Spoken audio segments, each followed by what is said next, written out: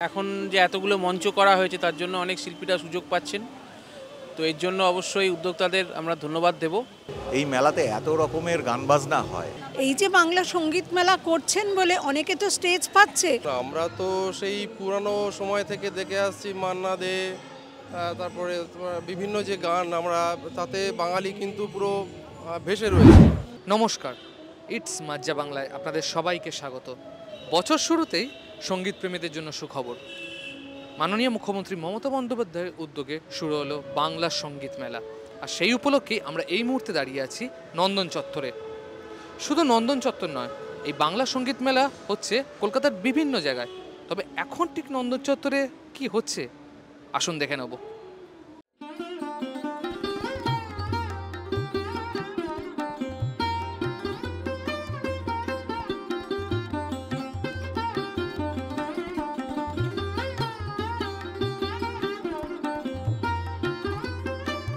এই বাংলা সঙ্গীত মেলার একটা বিশেষ তাৎপর্য হচ্ছে যে আজকাল এই যে বাংলা গান, মানে বর্তমানে এই যে ওয়েস্টার্নাইজেশনের যুগে বাংলা গানের চর্চাটা মানে অনেক ক্ষেত্রেই আমরা দেখছি অনেকটা শিথিল হয়ে গেছে। তো সেখানে বর্তমান প্রজন্মকে এই বাংলা গানের প্রতি বা বাংলা স্বর্ণযুগের গানের প্রতি যখন আমরা এখানে এসে শুনি, তারা বিভিন্ন শিল্পীদের যেমন লতাজি, মান্না দে এবং হেমন্ত মুখোপাধ্যায় বা যেমন মানে এবছর হচ্ছে একজন মানে বিখ্যাত গীতিকার এবং সুরকারের দুজনেরই শতবর্ষ। প্রথমজন হচ্ছেন সুরকার সলিল চৌধুরী, দ্বিতীয়জন হচ্ছেন গীতিকার গৌরীপ্রসন্ন মজুমদার। তো দুজনেরই এবারে মানে দুজন মহান শিল্পীর এবারে শতবর্ষ হচ্ছে 2025 সালে। তো আমরা শুনতে পাবো তাদের সব কালোজয়ী রচনা। এই মেলাতে এত রকমের গান বাজনা হয়। হ্যাঁ, আমরা তো কত মিউজিশিয়ান, কত শিল্পী এখানে মানে গান বাজনা করার সুযোগ পায়। হ্যাঁ, তারপরে এই যে এই মঞ্চটাতে তো মানে ইনস্ট্যান্ট অডিশন দিয়ে ইনস্ট্যান্ট গান গাওয়ার একটা সুবিধে আছে। হ্যাঁ, এইগুলো তো একটা তাৎপর্যপূর্ণ তো থাকে।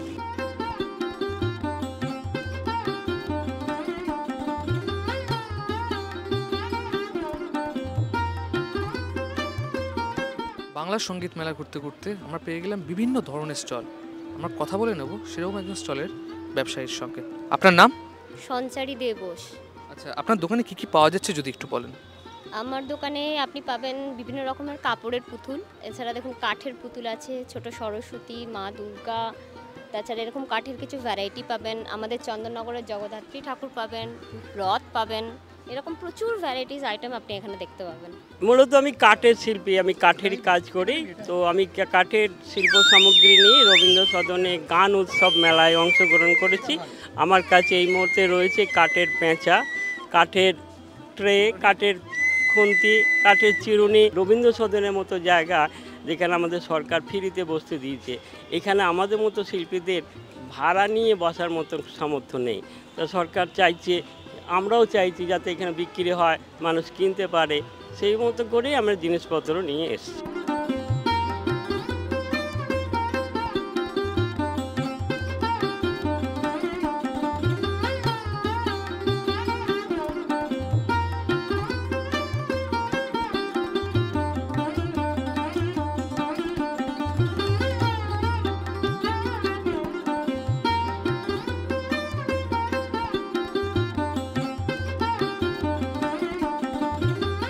বাংলা সঙ্গীত মেলায় রয়েছে অনেক বুক স্টলও। আমরা পেয়ে গেলাম এরকমই একজন ব্যবসায়ীকে। আমরা কথা বলানো তার সাথে। আপনার নাম?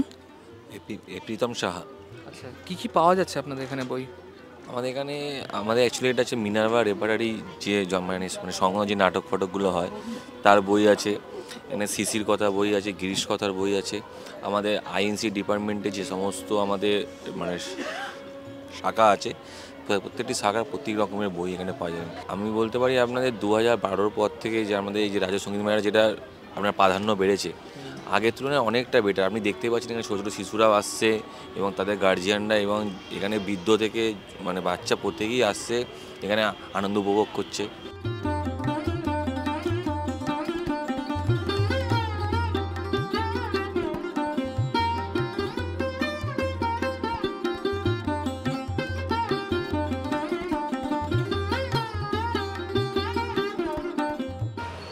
এই মুহূর্তে আমরা দাঁড়িয়ে রয়েছি শিশির মঞ্চের পাশে গগনেন্দ্র শিল্প প্রদর্শনশালার সামনে। ঠিক কেমন সাজানো হয়েছে এই গগনেন্দু শিল্প প্রদর্শনশালা আমরা দেখে নেব।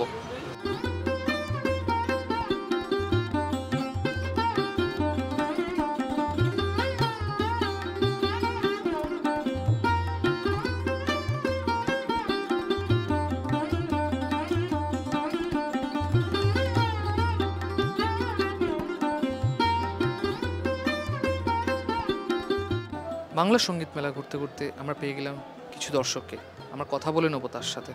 আপনার নাম? আমার নাম জয়শ্রী ভট্টাচার্য। আচ্ছা, প্রতিদিনই আসা হয়? হ্যাঁ, এমনি ফাংশন হলে প্রতিদিনই আসি, এমনি ফাংশন টাংশন হলে এখানে আমি সবসময় আসছি। কেমন লাগছে এসে? আমার তো ভালোই লাগে, আমি এখান থেকে ছোট থেকেই আসি, মানে একদম ছোট্টবেলা থেকেই আসি। কিছু পুরনো আর্টিস্ট আছে, তাদের গান শুনি, ভালো লাগে। আবার নতুনও যারা আছে ওই সময় কাটানো সেই হিসাবে, আর এর থেকে বিশেষ কিছু না। তবে এক্সিবিশনটাতে আমি সবসময়ই আসি। এই যে পুরনো সমস্ত এনাদের তো আর পাওয়া যাবে না, সবাই লুপ্ত। আমরা তো সেই পুরানো সময় থেকে দেখে আসছি মান্না দে, তারপরে বিভিন্ন যে গান, আমরা তাতে বাঙালি কিন্তু পুরো ভেসে রয়েছে। তারপরে আবার নতুন নতুন আবার জিৎ গাঙ্গুলি থেকে শুরু করে আর নতুন নতুন যে গান আসছে সেগুলোও ভালো লাগছে। তো এটা কালচারটা সবসময় চলতে থাকবে, তাহলেই কি হবে, আমাদের সেই স্রোতটা সবসময়ের জন্য থাকবে এবং আমরা বুঝতে পারবো যে আমাদের আগে কি ছিল, পরে কি আছে। যার জন্য এটাতে আমরা সবসময় আসি এবং দেখি কি হয়। বাংলা সঙ্গীত মেলার কে এখন তো এত ঘরে ঘরে সবাই গান শিখছে বা সবাই নাচ করছে, এরকম তো রয়েছে। সবাই সবসময় স্টেজ পায় না। এই যে বাংলা সঙ্গীত মেলা করছেন বলে অনেকে তো স্টেজ পাচ্ছে। হ্যাঁ, অনেক সময় স্বজন পোষণের কথাও আমরা শুনছি, সেটাও শুনছি। তো সেটা চলে গেলে তো নিশ্চয়ই নতুনরা সুযোগ পাক। আমাদের নয় বয়স হচ্ছে, কিন্তু অনেক ছোট ছোট ছেলে মেয়েরা উঠে আসুক, সেটা চাইব। ওই জন্য সঙ্গীত মেলার তাৎপর্য আছে। যেমনটা আপনারা দেখতে পেলেন, রীতিমতো জমজমাট হয়ে উঠেছে এই বছরের বাংলা সঙ্গীত মেলা। মেলাটি শুরু হয়েছে 2রা জানুয়ারি থেকে এবং মেলাটি চলবে 9 জানুয়ারি পর্যন্ত। তাহলে বেশি দেরি করে লাভ কি, এখনই চলে আসুন বাংলা সঙ্গীত মেলায়।